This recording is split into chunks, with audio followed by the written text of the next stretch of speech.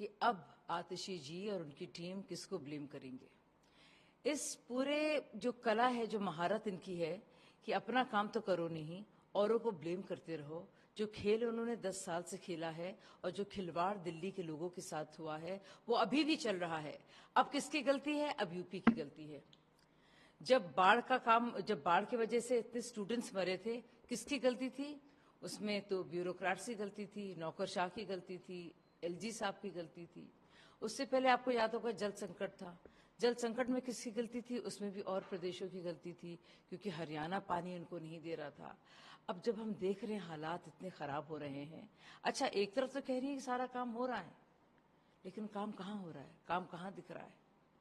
तो एक तरफ से कह रही सारा काम हो रहा है, दूसरी तरफ कह रही काम हो नहीं रहा है। और अगर काम खराब हो रहा है तो यूपी की वजह से हो रहा है, हरियाणा की वजह से होगा। पंजाब को तो ब्लेम कर नहीं सकती, क्योंकि पंजाब में उनकी सरकार है। तो सालों साल अब दिल्ली वासियों ने देखा है इस लोगों को, जो लगातार आप इनका एक एक बयान उठा लीजिए, हर एक संकट पर, हर एक क्राइसिस पर, हर एक ऐसे सूरत हाल पर जब लोग परेशान हैं कि ये सिर्फ और सिर्फ बहाने बनाते हैं, इनसे कुछ होता नहीं है। भाई दिल्ली वासियों को क्या नाटक मंडली मिल गई है। ये शीश महल के सुल्तान साहब अपने घर में करोड़ों रुपए के काम तो करा सकते हैं, लेकिन जब बात आती है दिल्ली की और बहुत ही संगीन इल्जामों की, जिसे हम देख रहे हैं, चाहे वो भ्रष्टाचार हो, चाहे वो जल निगम हो और उसमें घोटाला हो, या फिर बाढ़ के चलते बच्चों की मौतें हों, ये भाई साहब जो हैं ऐसे मजबूर मजलूम बन जाते हैं, ऐसे विक्टिम, ऐसे असहाय। ओहो, पूरी दुनिया उनके साथ नाइंसाफी कर रही है।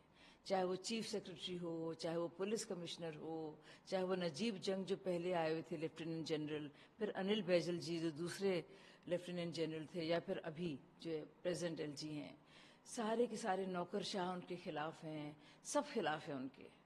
वो सिर्फ अकेले काम करे जा रहे हैं। बिल्कुल उन्होंने अपने को एक मदर इंडिया टाइप का बना दिया है कि वो सब लोग उनके जान के दुश्मन हैं, सब विलन हैं, और वो ऐसे हीरो हैं जो बेचारे हीरो भी नहीं बन पा रहे हैं।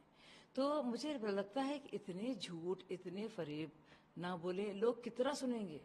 कितने उनकी बहानबाजी लोग बर्दाश्त करेंगे?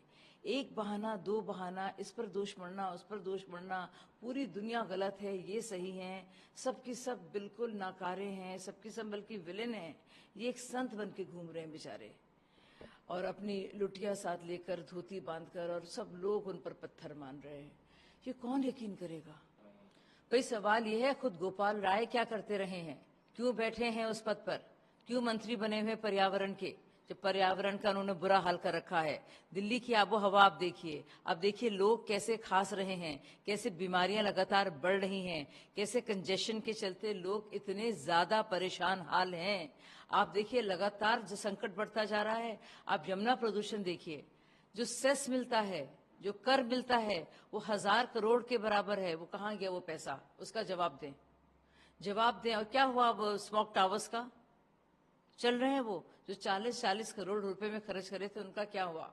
अब तक जो है मंत्री पद में बैठे हुए हैं, इन्होंने क्या किया? दुनिया भर से आप सवाल पूछ रहे हैं। खुद आपकी जब बारी आ रही है जवाब देने की, और हर बार ये बारी आती है आपकी जवाब देने की, क्योंकि हर बार ऐसा होता है, आपके पास कोई जवाब नहीं होता। आप दुनिया भर इधर उधर देखते हैं। आप बताइए आपने क्या किया? इतने दिनों तक आप मंत्री पद पे क्यों बैठे हैं? क्यों नहीं इस्तीफा दे देते? क्यों नहीं भगवंत मान ने इस्तीफा दिया? क्यों नहीं वहां के पर्यावरण मंत्री ने इस्तीफा दिया? क्यों नहीं वहां के पर्यावरण सेक्रेटरी और पोल्यूशन बोर्ड, जिसमें सारी वैकेंसीज हैं, उन सब को लेकर उन्होंने वहां पे जो बाकी लोग बचे हैं उन्होंने इस्तीफा नहीं दिया? क्यों नहीं कहा वो पूरी तरह से असहाय हैं? क्यों नहीं उन्होंने प्रधानमंत्री जी को पत्र लिखा और कहा कि हम लोग से कुछ नहीं हो पाएगा, हम लोग नाकारा हैं, हम लोग झूठ मूठ पद पर बैठे हैं, हम लोग इतने पैसे गबन कर रहे हैं, प्लीज मदद कीजिए। लोगों की जिंदगियों पर आ गई है, जीना मुहाल हो गया है, दम घोटू हवा है।